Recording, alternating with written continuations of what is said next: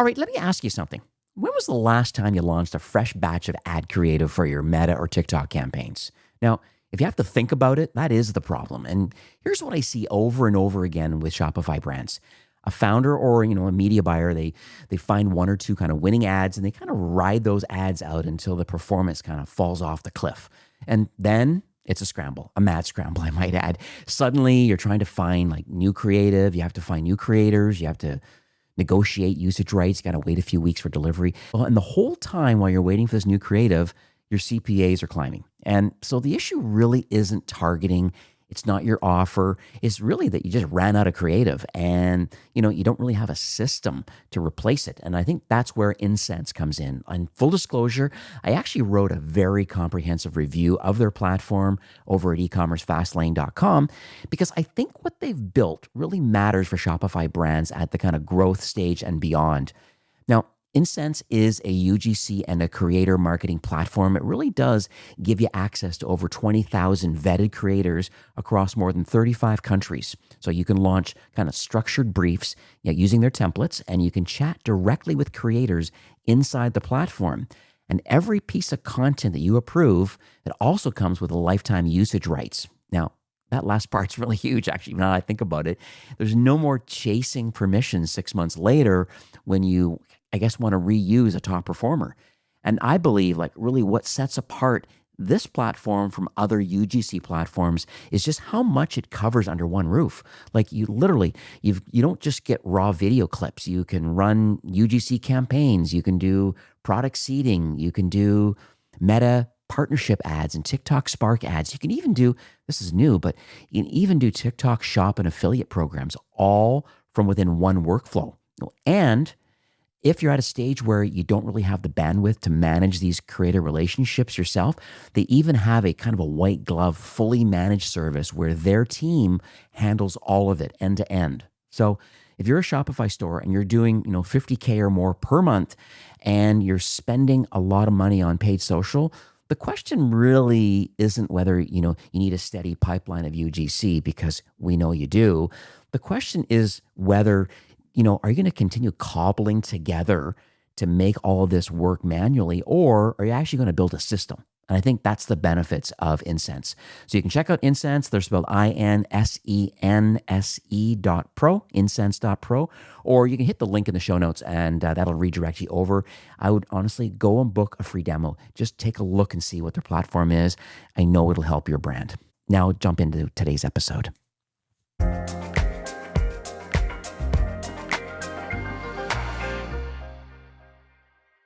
Welcome back to E-commerce Fastlane. I am your host, Steve Hutt. There's a lot of brands right now that maybe their revenue is climbing and, their ad spend looks very efficient and, for all intents and purposes, their dashboards all look green, but yet there's many, many founders, when they actually look in their bank accounts, they find out that there's not as much money in there as they would have anticipated, even though that these ad accounts show that there should be a lot of money in there. And I think there's this interesting disconnect right now that's kind of happening between what the marketing reports are saying and then what your bank balance kind of actually shows.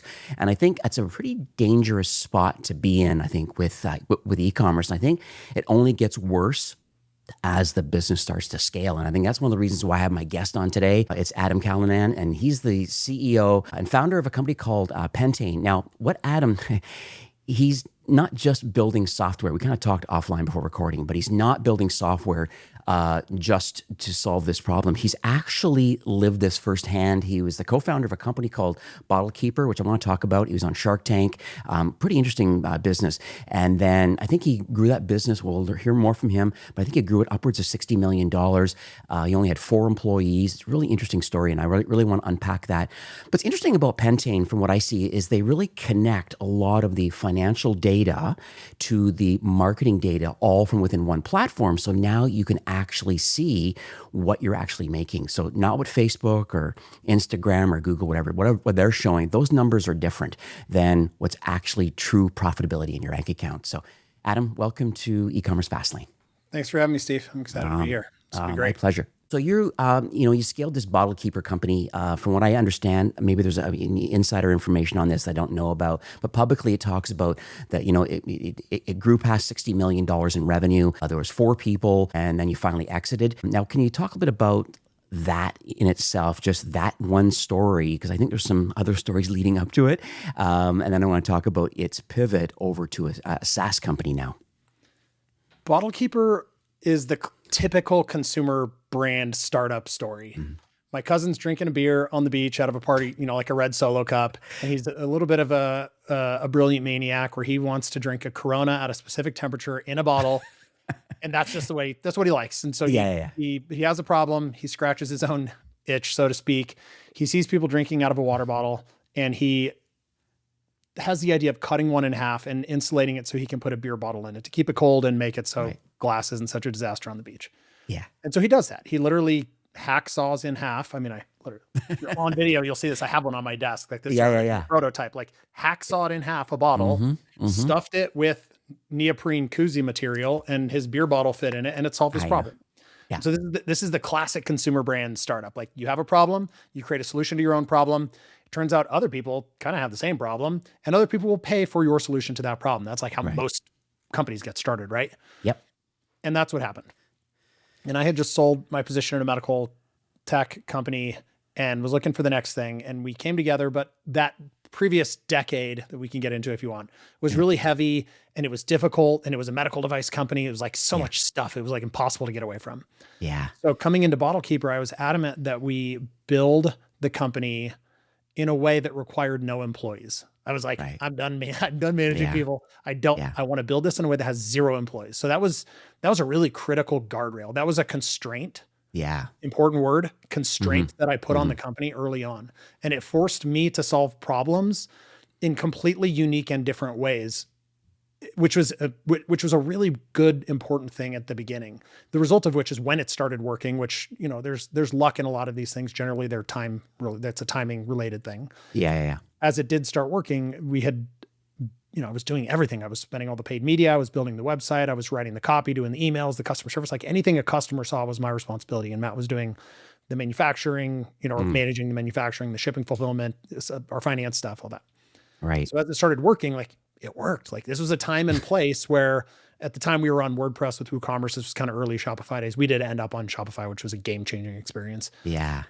But it scaled. I mean, it was at a lucky point when Facebook launched their video ads, and it was really inexpensive, and we had a visual product. I mean, I made one video of my hands coming in on the beach. I'm like a bottle keeper in action, and we exploded. I mean, I could not spend ad dollars fast enough.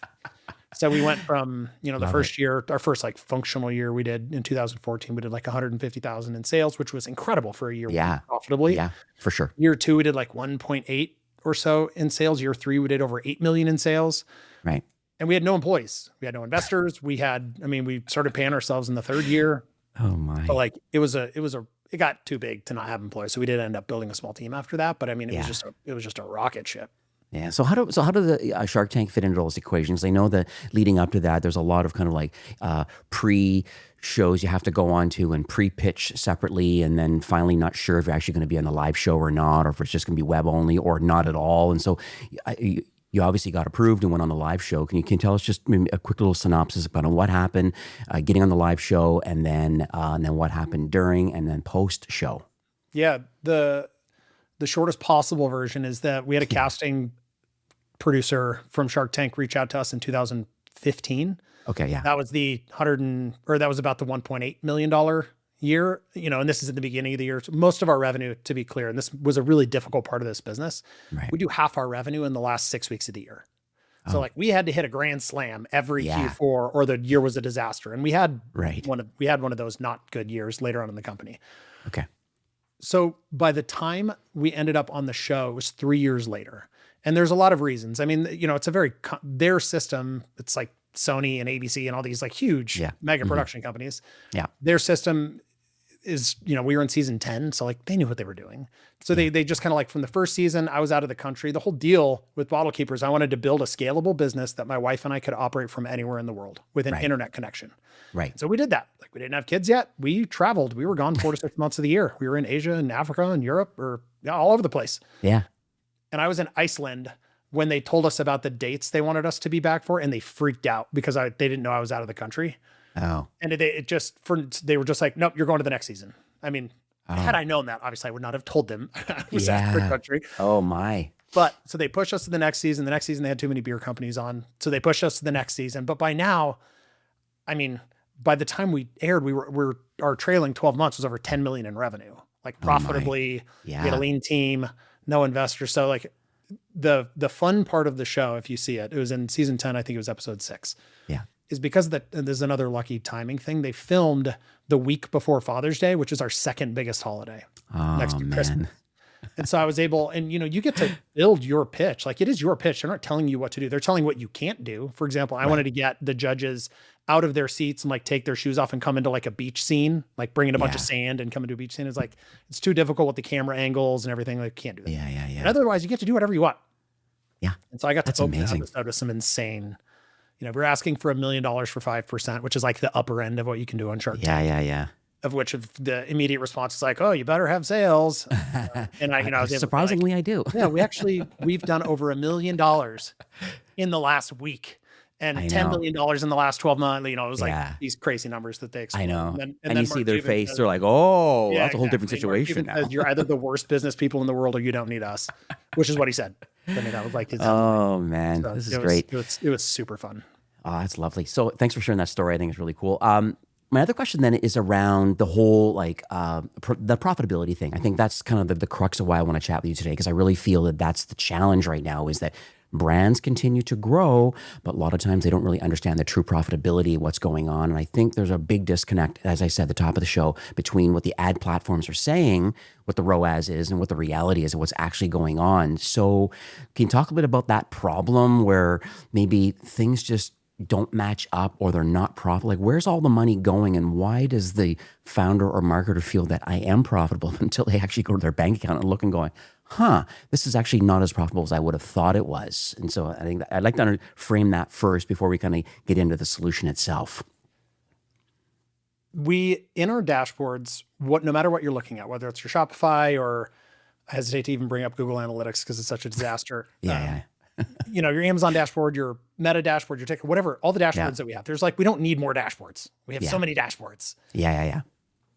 All the metrics that are given to you in your dashboards, every single one of them can be misleading or becomes a vanity metric if you don't have context. Right. The context is critically important. And that context lives in your financials. It lives in your QuickBooks account. Yeah. Right? Yep. The challenge is that we don't start companies because we want to become experts at QuickBooks or because we want to be finance. We want to we're heavy finance people. And we understand the deep nuance of a P&L and how different types of expenses impact the company. But you can be running an 8 return on ad spend. Those dashboards are green, you're crushing. Yeah. You couldn't be doing anything better and still be losing $100,000 a month. And this has happened. Our very first Pentane client, this was this client. Wow. So it's all about the context. You can be $1 million in net profit is incredible unless you're doing $1 billion in revenue. And then it's not incredible. That's bad. So it's the context is critically important. And all that context lives in in how the business spends money. I see.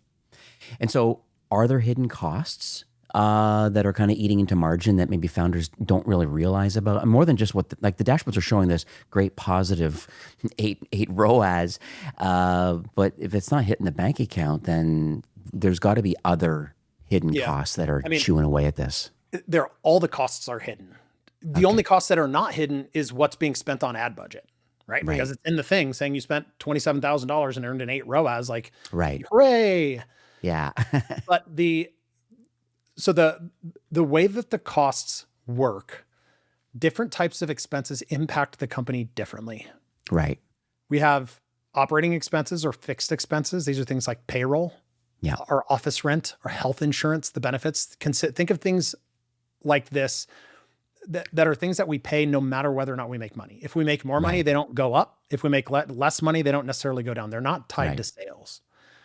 Then we have variable or sales related expenses. These are cost of goods, shipping and fulfillment to the customer, or credit card fees, Shopify fees, technically or paid advertising, Meta, TikTok, all those things. But let's set those aside for right now. Those variable expenses, they do increase as we make more money. If your revenue goes from 1,000 to 2,000, you had to spend more on inventory. You had to spend more on shipping and fulfillment. The number of expenses increases. And then we have paid ads, which we separate into a different bucket. So where the hidden expenses are buried in those first two buckets. They're in it's the lack of understanding around how much the revenue the company needs to make in order to pay for those fixed expenses, taking into account all the sales related expenses that are included. So it's like, Right. it becomes this big math equation, which if you're good at math is fine and you understand the system. Yeah. But again, most of us don't go start a consumer brand because we want to be a mathematician. We do it because Yeah. we want to be creative and we are selling a thing and we want to Yeah. sell to more customers. Like that's where we want to spend time. Yeah. Well, that's really interesting. So I'm gonna put that in the show notes because I think that's really important to kind of understand those hidden costs that are there. Because you're right, you look at kind of like the top line, unfortunately, and then you net it all out, and there's actually and that happens a lot. I've seen it like big time around BFCM. A lot of times they have this like killer sales, and I know even your Q4 is like massively important for your business.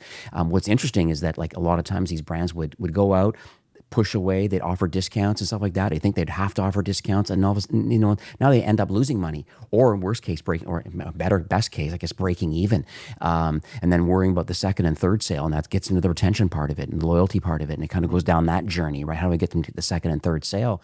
But they just don't have, and that's the problem though I find too, is as businesses go, because inside Shopify, I found this a lot where, the marketer's doing its thing, but a lot of times the marketer and the financial people are not really talking. They're rolling up to the CEO potentially just to kind of see where we're at, but they don't really talk to each other about campaigns and then true profitability. And a lot of times it's kind of like after campaigns are done, instead of looking at it live. And I think that's where kind of Pentane kind of fits into the equation, where there's this live view of what's actually going on from a paid ads perspective and sales that's happening, but then what are all of the other variable and fixed costs that can be happening with the business to give you a true net profit that you can actually see going into your bank account. So can you walk us through kind of like that kind of scenario? Because I think right now, no one really has that. Like you said, no one's expert on QuickBooks. It's not open on the side.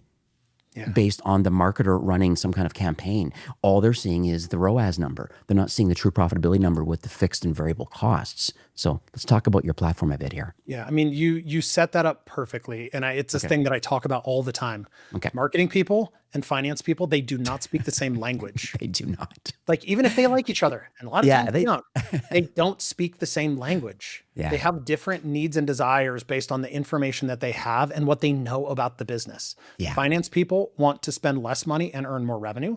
Marketing people want to spend more money because they know more money equals more revenue. But there's this like wild disconnect. Right.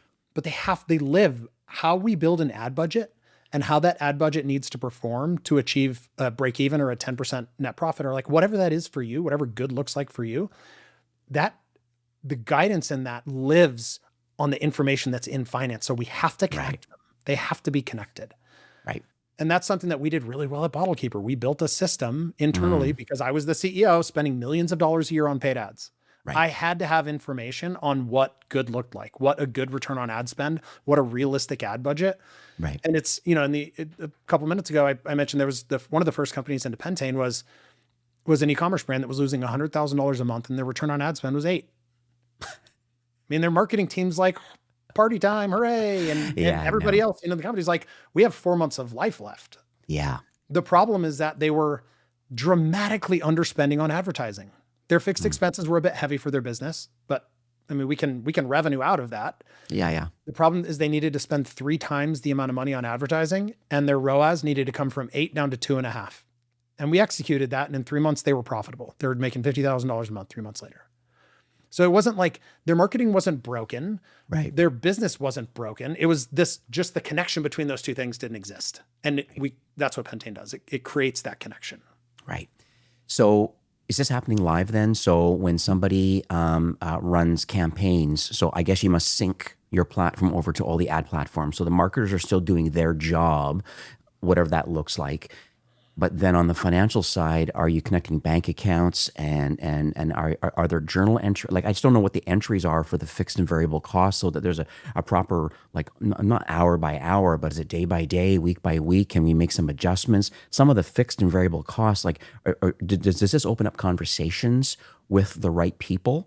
Just saying, hey, just so you know, great campaign, it appears on paper and your ROAS is there, I see all that, but just so you know, we have extra tariff costs now for importing product, or we have these other, the 5% increase now in shipping costs, or our returns are really large right now and we're taking a hit on Amazon right now. Like, so I just curious on what you see, because I haven't actually logged into the platform to see in real time, but if you can kind of walk us through what people could see when they do connect all their sources. Yeah. So it does connect to their accounting platform. So QuickBooks or Loop or Xero, or whatever it is that you're using. And it connects to all your revenue and ad platforms. So Shopify, Amazon, all the things, Meta, TikTok, Google, Pinterest, Bing, like anywhere you're spending and making money. And the point of that is that from the financial platform, it's taking in information from that financial platform and it's using math, not AI, really important.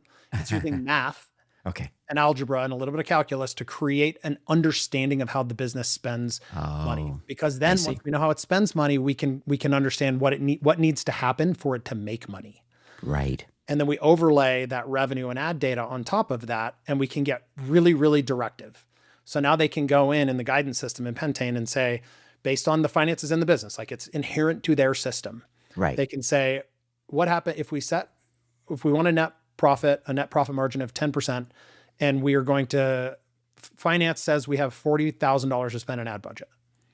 They move the slider to $40,000 and it says, great, you need an 11.7 return on ad spend for that to happen. Right. Is that realistic or is it not? It's probably not. And there's historical context. As in the last 30 days, you're at 5.2. So that's not probably going to happen. So what are the other levers we can pull? Right. What happens? You increase prices 10%. That ROAS comes down. It shows you what the guardrail is. That's the critically important part. It gives you the lower limit.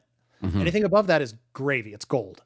Right. But as long as you stay above this number, your conversion rate, if you increase your prices 10%, your conversion rate can go from 1.25 to 0.95. Anything above that, we're adding contribution profit to the business. And that is the name of the game.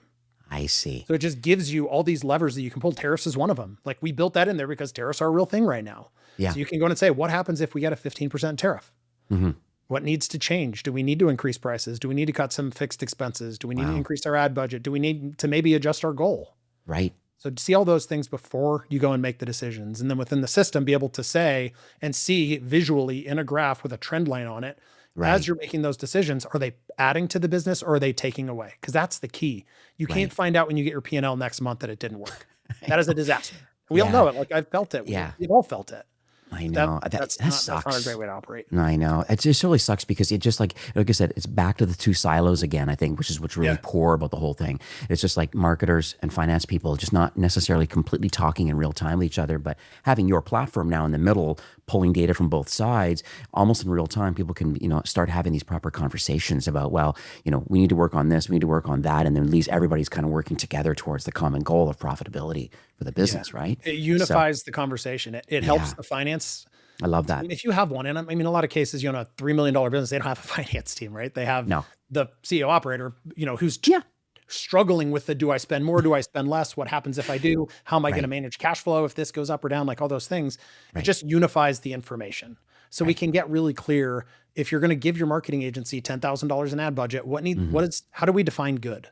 Right. We need to be able to go to them and say, we need a minimum 3.2 MER in order to get to break even. So now they can build their systems around that. Right. And you want to know if at that 10,000 budget, you actually need a 9.2, because that's probably not going to happen. And wouldn't you rather know that before you go and commit capital to it? In that case, you're just setting it up for failure. There's no way they're going to do that. And it's not their fault. Yeah. Like it was set up incorrectly. It was set up to fail. So this whole framework was originally part of Bottlekeeper, but internally. And so obviously we pivoted to SaaS and stuff like that. And so were these more manual systems that you created or did you hire an engineer to kind of think about joining these things? Like, I just wondered because a lot of times these platforms are purpose built for people to use for themselves, but then they also see a wider, I guess, use case for others who have the same problem. They kind of like eat your own dog food sort of thing, and then they flip it to a SaaS model, and all of a sudden, wow, there's a great opportunity with this. So was the Pentane platform in its entirety kind of pre-built, like behind the curtain and used by your team, or were there just more in theories and concepts of kind of how you had things, but then you made a full-blown SaaS and connecting, and then now launching it out to the wild now? Just curious on how it worked. Yeah, it's a great question. It was purpose-built by my cousin Matt and I in what started as a small spreadsheet, and 8 years later was a massive behemoth, horrifically awesome, ugly, beautiful spreadsheet. Yeah. Okay. That was manual. I mean, we tried to automate things into it. We tried to build it in NetSuite. That was a friggin' disaster. We tried to do it in Datorama. That was a disaster. We went back to the spreadsheet. And it's what we ran the company on, but that was error prone. Like if we manually input a wrong number, like it would screw the month up. And we learned that lesson a couple of times. Yeah. So I just did it for me. I mean, we were both good at math. We both have crazy science degrees. So like structured process and problem solving with using math was something we were very, very comfortable with. Right. And post-acquisition, I took a bunch of time and did nothing. I mean, I did woodworking, which is, I have this Montana sign behind me. I built see that. Yeah. for my family. Like I just did stuff around the house, which was awesome. Yeah. And I woke up one day and I realized that the hardest decision I had to make the entire day was what to have for breakfast. And that was bad. It's like my brain was melting. Yeah, I know. So I went to two companies that my wife and I had invested in just to get busy, just doing something. I had no idea what the next chapter was. It was just, can I help? Yeah. And I looked under the hood of these businesses and I realized they were good businesses. They didn't really understand how to pull levers to make more money. I see. To change their destiny.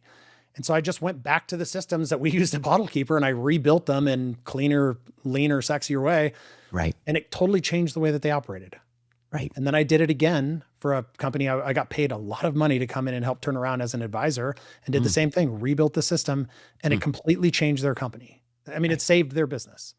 So that was the point. I mean, I never had like I'm going to go build a SaaS company next or an AI thing or like I didn't know what it was. It was like, I had a performance coach at the time and we were calling this soft offense, like just go gently push on things and see what happens. And that was the point. Like this needs to be way more than, this complex set of spreadsheets, which is the natural progression to that with software. It's amazing. I know you kind of push back a bit on AI. I'd like to understand your mindset around, can a large language model assist in any capacity with regards to this, or is there an AI component in your platform about giving some recommendations about where you're at, looking at the ad performance, looking at the financial data, and then hypothesizing what you believe the next steps are, like a little bit of hand-holding. I just don't, because it seems like AI is quite powerful in having a lot of data points and analyzing it all. I know you said that, you have this kind of math and kind of finance background and kind of that's what's blended into from the old spreadsheet to this system now. But I'm just curious, 'cause a lot of people are building or at least adding on to their current system by dabbling a bit in AI. How can these large language models in some capacity help our SaaS tool? It seems to be a growth lever that they're using. What's your thought on that? And is it currently being used or no? And what's the future if you're going to use any AI? I am extremely pro AI. Okay. Like it is a huge part of my life. It's a huge part of what I build. It's a huge part of how we function as a company.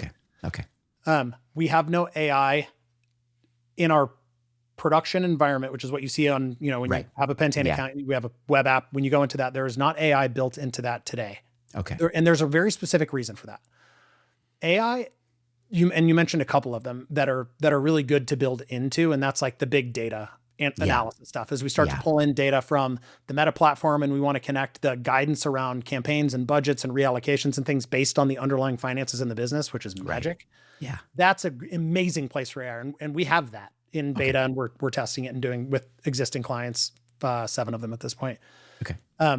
Where AI really, really struggles, and it's kind of inherent to how AI operates, how an LLM is like actually structured. Right. It thinks logically really well, but the underlying math that I'm using that is inherent to building and scaling profitably and understanding how to use ad budget as fuel instead of looking at it as an expense, those equations are not logical. Yeah. So AI can do the math. It's really good at math. Like if you give it an equation and ask for an output, it will give you the output. But if you, I mean, the elementary level mistakes it makes in creating, like if you just give it numbers and say, calculate my gross margin, 25% of the time, it's going to invert the numerator and the denominator. So it's it does the math. The end result is correct, but the equation is wrong because it did the equation wrong. So we can't let it do the equation. Right. So Pentane has all the equations, all the math. Those are logic, programmed. They can't be wrong. And then it will feed that information to an LLM. I mean, this is a thing that we have right now. Is I call him Charlie, where we have companies that are testing a web app. Yeah. That is their data, but it's via API. Yeah. The LLM is just getting the already calculated numbers. And then what it's doing is it's giving them information and guidance and feedback based on my underlying framework. It's telling them the things that I would tell them, but it's not doing any of the math. So it's saying you need to cut this, increase this, try testing your prices up, conversion rate can come down. Like it's giving them very, very directive guidance, but it's not doing math. I see. So it sounds like there is, I guess, an option that you're thinking about right now. This whole like, I don't know, what do they call it? Like an MCP server or something, or through like an API connection to a large language model, but pulling the data out. Because I think there's ways of contextualizing a lot of things. I know you're saying that there can be some hallucinations that can happen, but I think, it's not just prompt engineering. There's a lot more, there's other layers. I think there's intent and other different things that you can think about. Context, that's the word you use, but context engineering, I think, is another whole word. Like, do you completely understand the contextual side of the business? And I think maybe that's kind of maybe where you're working through right now, is trying to be, you have the intent. Prompt engineering is one thing. I mean, garbage in, garbage out. We totally understand that. The next step above prompt engineering is the context engineering, which is kind of, I think, what you're working on now. And then intent. A lot of time, and we're spending an incredible amount of time in that space. I mean, let's be clear, like I said at the beginning, we don't need more dashboards. In a year from now, you'll be able to spin up your own bespoke dashboard based on data, but do you want to put your P&L into an LLM? Do you want to connect your bank account to OpenAI? Not right now. Not. Nope. So I would, I mean, where I see that the future of this is that underlying financial framework where that stuff is there and it's safe. And there's an infrastructure being applied to it to guide the AI in that direction so that you can trust the data.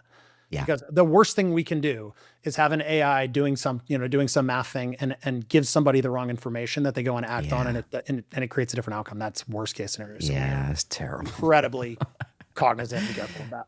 Yeah. What about case studies? I was on the website just like this morning before recording, and I see you have a lot of great case studies in here. There's one brand here. It looks like the revenue went up by 234%, boosted their profitability. Is there anyone that you can kind of call out publicly that you'd like to maybe talk about? Hey, here was their life pre Pentane, and here they are kind of post, and they continue using the platform, and here's how things changed for them. But I think I get warm and fuzzy when I hear stories about what others have done, and give you the opportunity to kind of throw them a bone here and tell them their story. Yeah, I mean, I think there are two different types of companies. One that you're referring to is a really good example. I mean, that is an example of a business that was in bad shape in coming into Pentane, and when we, they were an early on customer when we implemented the system. It told them that they needed to reduce their fixed expenses reasonably significantly. I mean, it's like they were a $2 million a year heavy ecom only, like brilliant founder, incredible product. Yeah. I mean, really, like everything else lined up perfectly. They just didn't understand the finance piece, so they couldn't connect the two.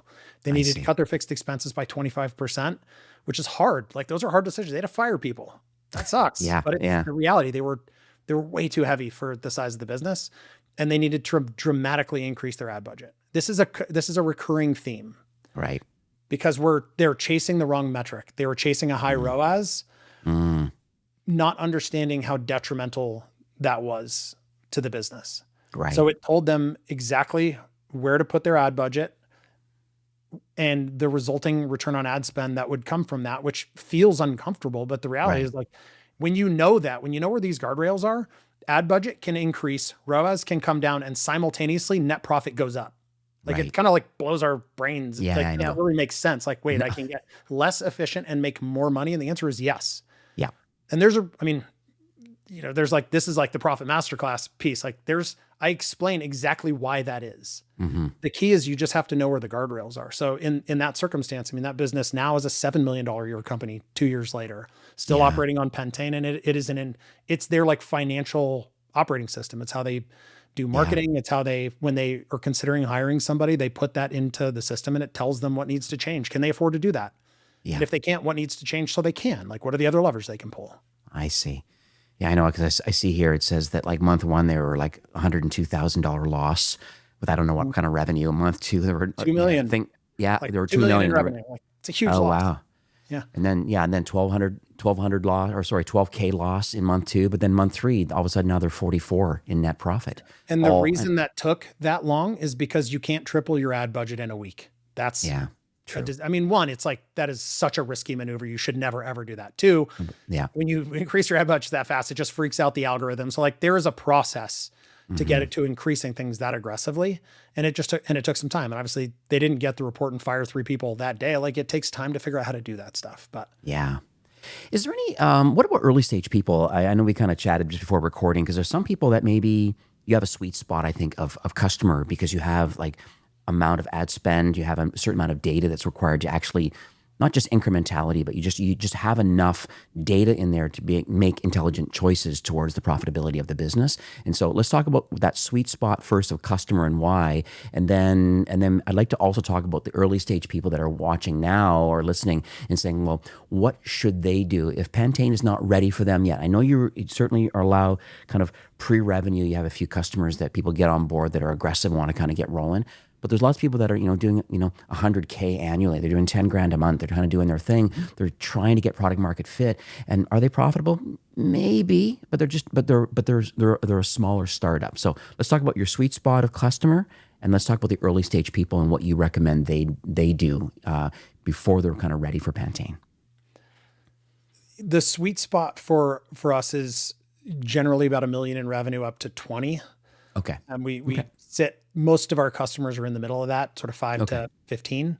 Okay. We do, as you mentioned, have customers, a handful, probably 5 in total that have come, which is not a lot relative to like the size of the company, but like the fact that they get this proactive to me is really cool and it's compelling. Yeah. Where they're pre-revenue and they want to have that framework in place when they go to grow. And I mean, the benefit to them, and again, whether they come into Pentane, I mean, Pentane is priced, it's $199 a month. Like it is priced to be low intentionally. Yeah.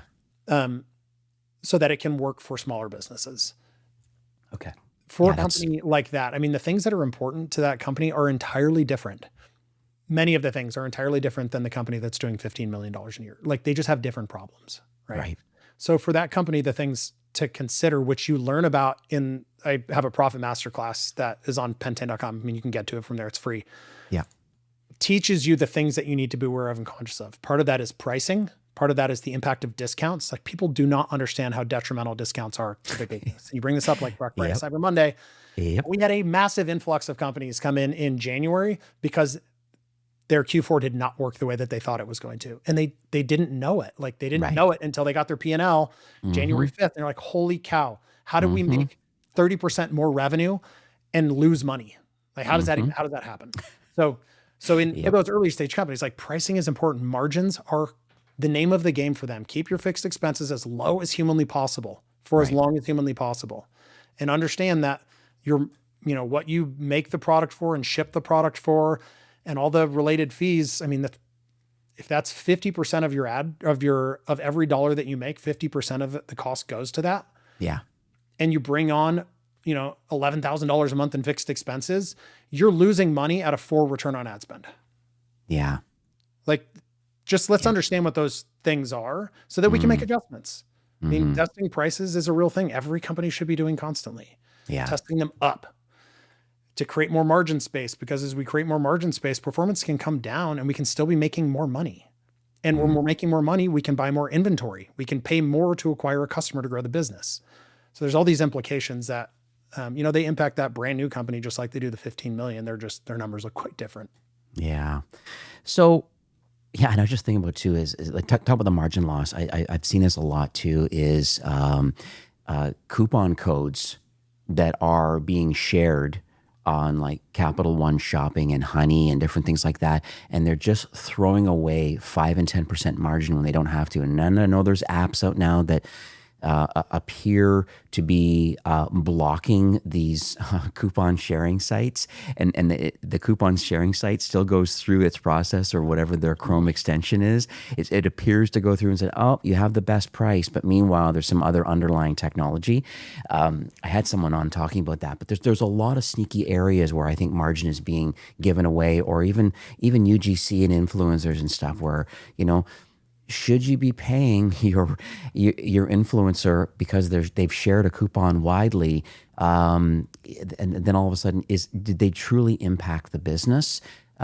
based on their followers, or is that something that just got picked up somewhere else and shared? It's so weird how the bucket leaks margin when it comes to those sorts of things from coupons and influencers and UGC. So Yeah. I mean, this is a thing we were dealing with a Bottlekeeper in the late, 2010s of 2018, 19 as Honey and those things came out. And we just had to get extremely aggressive with expiration dates.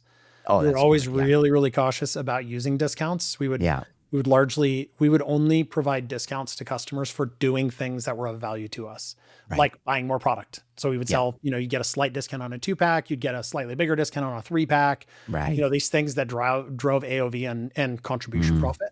Mm-hmm. But we were really, really careful about discounts on anything for any reason outside of that. I think there's tools out now We too. did, yeah. We just Go ahead. expired them quickly. That's what I was going to say. Expire them, one-time use, quick expiry dates. It is what it is. And I think there's even tools out now. I think since Shopify's kind of changed some of their limits and stuff now, you can actually like really spin up a whole bunch of coupon codes directly that are one-time use. And that is what it is. And it actually looks better instead of welcome 10. Yeah. I mean, forget the welcome 10 anymore. Now it's this one-time use, understand the site visitor, give it to them if they need it, if they show a propensity of leaving. That's a whole other conversation, I think, about kind of, improving your conversion rate and stuff through those sorts of tactics. But so, so a lot of things I want to talk about just before you go. So masterclass, you kind of talked about it quickly. It's a free masterclass. I see it. I'm actually going to sign up myself. I'll put a link in the show notes for it, but you got 7 modules. It's a couple hours. It's totally free. Talk quickly about that and what that is and how you believe that can help people. I think that's probably is a gateway to saying, hey, well, here's the story.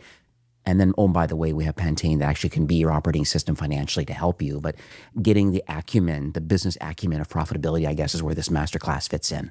Yeah, it is just creating an understanding of how business works. Okay. A big section in there that you'll see is this concept of a profit pyramid, which is literally, it's very simple. It's 3 parts of the profit pyramid. The basis is what lives in your P&L. You don't need to understand your P&L. Like, let's be clear, you don't need to become a finance expert. Okay. You don't need to become a math expert. Let's just create the foundation. At the bottom is all the stuff that lives in there. Above that is your average order value, your conversion rate, these like huge levers and output. Yeah. These are all KPIs. These are measurements. These are things we put in. These are things that come out. And above that is click-through rates and impressions and trying to go viral and all this stuff. Founders spend all their time at the top, and it doesn't matter how good they get at the top if the stuff below it is broken. Right. You could be going viral constantly. And if your business is on an 85% variable margin without ad spend, like there's a 0% chance you're going to be making money. It's impossible. Yeah. So, I mean, it's just, let's fix the foundation and just be conscious of where we're spending the time so that it is the most impactful. We can pull huge levers down there in that foundation piece that make everything above it easier. Right. So it's a lot of that. It's just talking through in very simple terms what those things are, what they mean, and how they impact your business. So that's theprofitmasterclass.com. So I'll make sure I put that in the show notes. It's Pentane, so Pentane, Pentane.com. You can go there. I think you have a demo option. So those that kind of fit in that sweet spot of revenue in that $1 to $20 million range. If that's you and you're watching or listening right now, you go to Pentane. Can you tell us what kind of the next steps are when you click a demo? How long is the demo? And then what's expected from them or you and the team member that they communicate with during the demo? Yeah, right now the demo is with me. That's very, nice. very intentional. Love that. That will not be the case for forever. And probably 6 months, the tech will be at a place where you'll just be able to click and do it yourself and onboard yourself. So, but now you do it with me. So we talk through your situation and get an understanding of one, whether or not, what your problems are, what the challenges are, whether or not this is a fit. If it's not, let's stop wasting each other's time. We can all move on with our days. Most of the time it is, because these are early stage companies that have challenges. Onboarding is extremely quick. It takes 10 or 15 minutes. Again, you do that with me. That is intentional. It's we're connecting APIs and clicking buttons. I mean, you don't need me there to do that, but we do go through making sure that the financial stuff is pulled and assigned correctly, because you mentioned earlier, garbage in, garbage out. We need to make sure that things are correct. And then I take you through your system and tell you exactly what I see. Oh, I see. So we do a deep dive together. Yeah. On what this is good. This is a red flag. This is a green flag. This is maybe we need to pay attention. Okay. And we do that together. So it's right now, it's a very personal. I love it. I love the white glove service. So $199. There's a 30-day. There's even like a 30-day guarantee too if you're unhappy with the platform. But it seems like a no-brainer for like $200. I mean, we're bleeding money anyways as it speaks anyways. So it's going to be like a net positive right away by trying the platform. I think you even have the mastery plan option. You're allowing up to 5 brands per quarter. What happens here on the mastery plan? Is it even more hand holding, or is like what's happening here? Yeah, this was built from demand from customers that just want more of my time. Oh, I see. Okay. So it is a thing where we, like you mentioned, I can only do a couple of them a quarter just because they take a lot of bandwidth.